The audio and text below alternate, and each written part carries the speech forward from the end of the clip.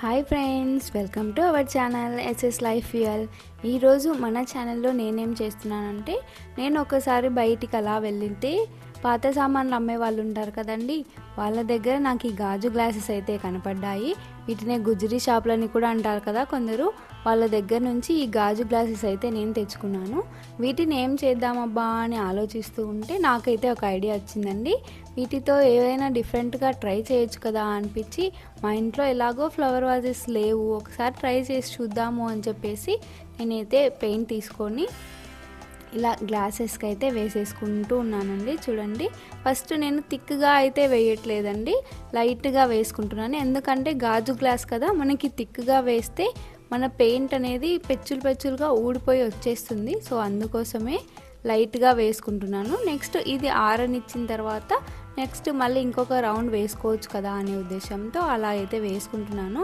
మనం ఎక్కువగా ఇప్పుడు ప్రజెంట్ ఏంటంటే ప్లాస్టిక్ సరిగ్గా వాడటం లేదు, సిల్వరు సరిగ్గా వాడటం లేదు కదండి. ఎక్కువగా ప్రిఫరెన్స్ ఇచ్చేది 99% ఈ గాజు గ్లాసెస్కే యూజ్ చేస్తున్నాం కదా. సో ఇలా గాజు గ్లాసెస్ మనం ఎప్పుడైనా బయటికి వెళ్ళినప్పుడు ఏమన్నా కొనుక్కున్నా కూడా వాటిని ఇంటికి తెచ్చి పెట్టుకుంటే ఇలా మన ఇంటికి అందమైన బ్యూటిఫుల్ డెకర్స్ అనేటివి రెడీ చేసుకోవచ్చు. చిన్న చిన్న వాటితోనే ఎంతో అందమైనగా మనం రెడీ చేసుకొని పెట్టుకోవచ్చు కదా. సో నేనైతే ఇలా రెడీ చేసుకొని ఫస్ట్ ఒక రౌండ్ అయితే పెయింట్ వేసేసుకుంటున్నాను. చూడండి, నీట్గా వేసేసుకొని 1 to 2 hours అనేది నేను ఫుల్గా ఆరనిచ్చి ఒకసారి చూసుకున్నాను.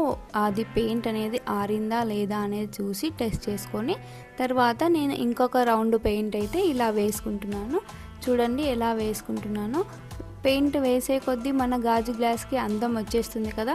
ఫస్ట్ ఒక రౌండ్ వేసుకున్నప్పుడైతే పల్చగా వేసుకున్నాం కదా, ఆ లుక్ అనేది అనిపించలేదు. కానీ మళ్ళీ నెక్స్ట్ వేసే కొద్దీ పెయింట్ నెక్స్ట్ రౌండ్ వేస్తున్నాను కదా, ఇప్పుడు లుక్ అనేది చేంజ్ అయిపోతుంది కదా. అదే అండి, అందుకే 2 rounds వేసుకుంటే లుక్ అనేది మారిపోయింది. నెక్స్ట్ ఇందులోకే నేనేం చేస్తున్నానంటే, ఈ ఫ్లవర్ వాజ్ పెట్టాలనుకున్నాను కదా, దీనికి ఫ్లవర్స్ చేసుకుందామని చెప్పేసి ముందు మనము కొమ్మల్లాగా ఏదైనా చేసుకుందామా అని ఆలోచించి ఫస్ట్ వైట్ పేపర్స్ అయితే తీసుకొని ఇలా అయితే చుట్టేసుకుంటున్నాను. ఇలా చూడండి, ఇలా ఒకదాని తర్వాత ఒకటి చిన్నగా చుట్టేసుకుంటున్నాను. పెద్దగా కూడా చుట్టుకోవచ్చు, కానీ ఏంటంటే పెద్దగా చుట్టుకుంటే అది అంతగా లుక్ రాదు అని చెప్పేసి చిన్నగా నేనైతే ఇలా చుట్టేసుకొని ఫైనల్గా లాస్ట్లో అయితే కొద్దిగా గమ్ అప్లై చేసి ఇలా పెట్టేసుకుంటున్నాను. చూడండి, ఫైనల్గా ఇలాగైతే రెడీ చేసుకుంటున్నాను నేను. ఇప్పుడు మన ఫ్లవర్ వాజ్కి కావాల్సినవన్నీ నేనైతే ఇలా రెడీ చేసుకున్నాను. నెక్స్ట్ ఏంటంటే ఫ్లవర్ వాజ్కి ఫ్లవర్స్ అయితే రెడీ చేయాలి కదా, దానికోసమని నేను ఈ 2 కలర్స్ ఆఫ్ కలర్ పేపర్స్ని అయితే తీసుకున్నాను. ఒకటి రెడ్ కలరు, ఇంకొకటి బేబీ పింక్ కలర్ అయితే తీసుకొని ఫోల్డ్ చేసుకుంటూ ఉన్నాను. ఇప్పుడైతే సమ్మర్ వచ్చేసింది కదండి, పిల్లలకి స్కూల్స్ లేక ఊరికే ఇంట్లోనే ఉంటారు కదా, కొందరం అల్లరి చేస్తున్నారు, సతాయిస్తున్నారు అని చెప్పేసి అనుకుంటూ ఉంటాం కదా. ఇలా మనం ఏదైనా చేసేటప్పుడు పిల్లల్ని కూడా ఇన్వాల్వ్ చేస్తూ ఉంటే వాళ్ళకి కూడా ఈ ఒక యాక్టివిటీ చేసినట్లు అనిపిస్తుంది కదా. వాళ్ళకి బ్రెయిన్ పవర్ అనేది పెరుగుతుంది, ప్లస్ ఏ యాక్టివిటీ చేస్తున్నారు, వాళ్ళకి ఎంత ఇంట్రెస్ట్ ఉంది అనేది కూడా తెలుస్తుంది. పిల్లలకి వేటిలో ఇంట్రెస్ట్ ఉంది, దేనిపైన ఎక్కువగా ఆసక్తి చూపుతున్నారు అనేది మనం పేరెంట్స్గా ఉండి మనం తెలుసుకోవాల్సిన బాధ్యత ఉంది కదండి. ఇలాంటివి చేసేటప్పుడు వాళ్ళకి కూడా చెప్పి చేయించుకుంటే వాళ్ళకు ఎంతవరకు వాళ్ళు ఇంట్రెస్ట్ చూపుతున్నారు అనేది కూడా మనం తెలుసుకోవచ్చు. పిల్లలకి కూడా చాలా హ్యాపీగా ఉంటుంది కదా, మా పేరెంట్స్ ఇలా చేపిస్తున్నారు, ఈ యాక్టివిటీస్ చేయిస్తున్నారు, మనం ఇన్వాల్వ్ అయి చేపిస్తే వాళ్ళకి హ్యాపీనెస్ ఉంటుంది. అలాగే పేరెంట్స్ కూడా పిల్లలతో టైం స్పెండ్ చేసినట్టు హ్యాపీనెస్ ఉంటుంది. ప్రజెంట్ సిచ్యువేషన్ ఏమైపోయిందంటే పేరెంట్స్ జాబ్ పర్పస్ వెళ్ళడము ఆర్ బయట ఏదో ఒక వర్క్ అయితే చేసుకుంటూ ఉంటారు కదండి, పేరెంట్స్ వెళ్ళక తప్పదు కదా. సో పేరెంట్స్ అయితే అలా వెళ్ళిపోతూ ఉంటారు. ఇంకా పిల్లలైతే స్కూల్స్ ఉన్న టైంలో స్కూల్కి వెళ్ళడం రావడం జరుగుతుంది. వాళ్ళ అమ్మమ్మ కానీ నాన్నమ్మ కానీ ఇంట్లో ఉంటారు, వాళ్ళు పిల్లల్ని అయితే చూసుకుంటూ చేస్తూ ఉంటారు కదా. కానీ పిల్లలైతే పేరెంట్స్ని అయితే మిస్ అవుతుంటారు కదా. పిల్లలు ఎలా ఉండాలి ఏమి అనేది పేరెంట్స్ కూడా ఆలోచిస్తూ ఉంటారు. బయటికి వెళ్ళినప్పటికీ పిల్లలు తిన్నారో లేదో, ఉన్నారో లేదో అనే ఆలోచన అయితే పేరెంట్స్కి ఉంటుంది కదా. సో అలా ఉంటుంది కాబట్టి కనీసం వీక్లీ 1 or 2 అన్నా కానీ పేరెంట్స్ టైం అనేది అవైలబుల్ చేసుకొని ఇలా చిన్న చిన్న యాక్టివిటీస్ చేస్తూ పిల్లలతో టైం స్పెండ్ చేయడం వల్ల పిల్లల బ్రెయిన్ పవర్ని ఇంక్రీజ్ చేయవచ్చు. అలాగే పిల్లలు పేరెంట్స్ని మిస్ అవుతున్నాము అనే ఫీలింగ్ రాకుండా కూడా చేయవచ్చు. ఇలా చేయడం వల్ల పేరెంట్స్కి కూడా తెలుస్తుంది కదా, మన పిల్లలు ఏ ఫీల్డ్లో ఎంత యాక్టివ్గా ఉన్నారు, ఏ క్రాఫ్ట్ని ఏ దాన్ని ఎంత బాగా చేస్తున్నారు అనేది పేరెంట్స్కి తెలుస్తుంది. అప్పుడే పేరెంట్స్ పిల్లల్ని ఎంత స్ట్రాంగ్గా బిల్డ్ చేయవచ్చు అనేది కూడా తెలిసిపోతుందండి. ఇప్పుడు మన క్రాఫ్ట్లో ఫ్లవర్స్ అయితే రెడీ చేసుకుంటున్నాం కదా, దానికోసమని పేపర్స్ చిన్న చిన్నగా కట్ అయితే చేసేసుకొని ఫోల్డ్ చేసుకున్నాను. ఫోల్డ్ చేసుకున్న తర్వాత ఇలా ఫ్లవర్ షేప్లో అయితే కట్ చేసేసుకుంటున్నాను నేను. ఇలా చూడండి, ఇలా కట్ చేసుకున్న విధంగా చేసుకుంటే ఫ్లవర్ అనేది మనకి నీట్గా వచ్చేస్తుంది. చూడండి, ఇలా చేస్తున్నాను. మిగిలిన పేపర్స్ కూడా ఫ్లవర్స్ చేసుకుంటూ వస్తున్నాను నేను. ఇప్పుడు ఫ్లవర్కి అయితే ఒక లీఫ్ దగ్గర అయితే నేను కట్ చేసేసి ఇలా గమ్ అయితే అప్లై చేసుకొని స్టిక్ అయితే చేసేసుకుంటున్నాను.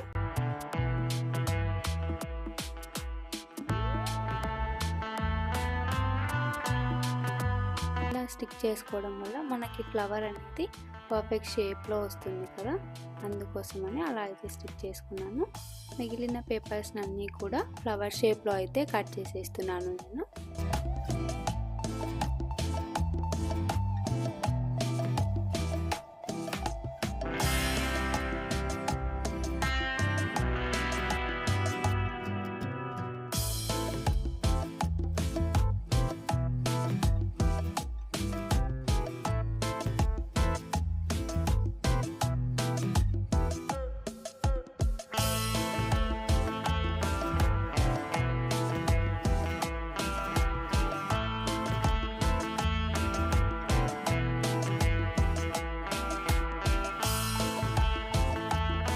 ఇప్పుడైతే ఫ్లవర్స్ నాకైతే ప్లెయిన్గా అనిపించాయండి.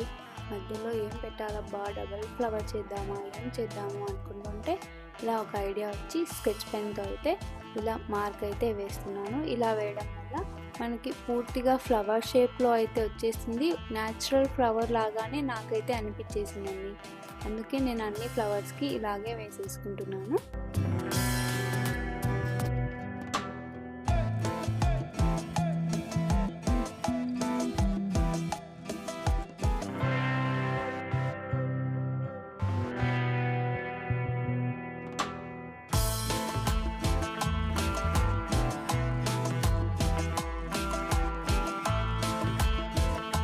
న్యాచురల్ ఫ్లవర్స్ లాగానే అనిపిస్తున్నాయి కదా, రియల్ ఫ్లవర్స్ ఏమో అన్న ఊహ అయితే వచ్చేసింది. ఎవరికి కూడా ఇది పేపర్ ఫ్లవర్స్ అనేది అయితే అనిపించదు. నెక్స్ట్ నేను లీఫ్లు అయితే చేసుకోవాలనుకున్నాను. దానికోసమని గ్రీన్ కలర్ పేపర్ని అయితే తీసుకొని ఇలా ఫోల్డ్ చేసేసి కట్ చేసేసుకుంటున్నాను.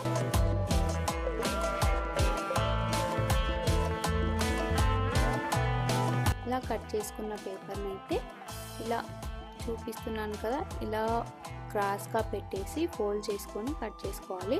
అప్పుడే మనకి లీఫ్ చేసుకోవడానికి అనేది ఈజీగా వస్తుంది.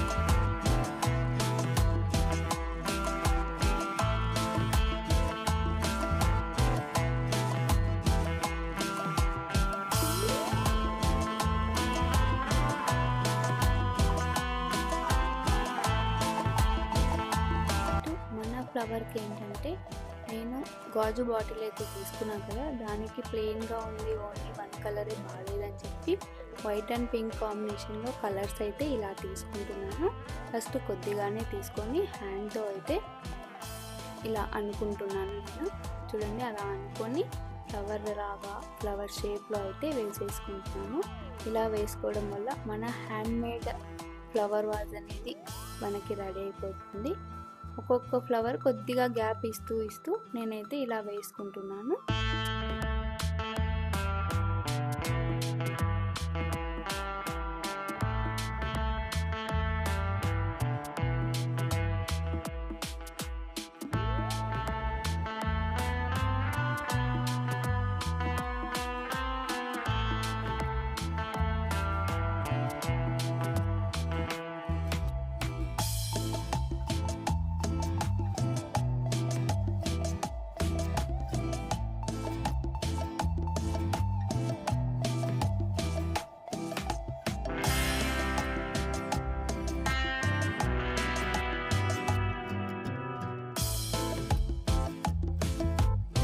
సింగిల్ లైన్ ఫ్లవర్సే నాకేదో కొద్దిగా వెల్తీగా అనిపించిందండి. అందుకోసమని మళ్ళీ కొద్దిగా సైజ్ అయితే తగ్గించేసి పైన ఇంకొక లైన్ ఫ్లవర్స్ అయితే ఇలా వేసేస్తున్నాను.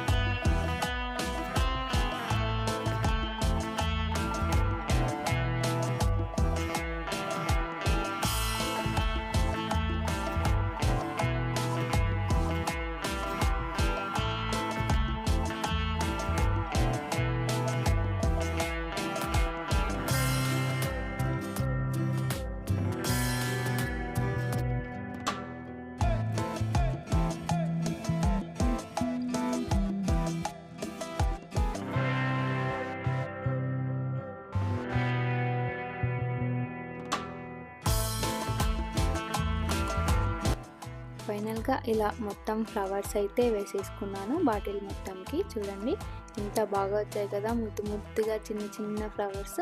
నాకు కింద గాజు గ్లాస్కి కింద ఏమంటే ఏదో ప్లెయిన్గా అనిపించిందండి. గ్రాస్ లాగా ఉంటే బాగుంటుంది కదా అని చెప్పి గ్రీన్ కలర్ తీసుకొని లైట్గా పెయింట్ అయితే అనుకొని బ్రష్కి ఇలా గ్రాస్ అయితే వేసేసుకుంటున్నాను.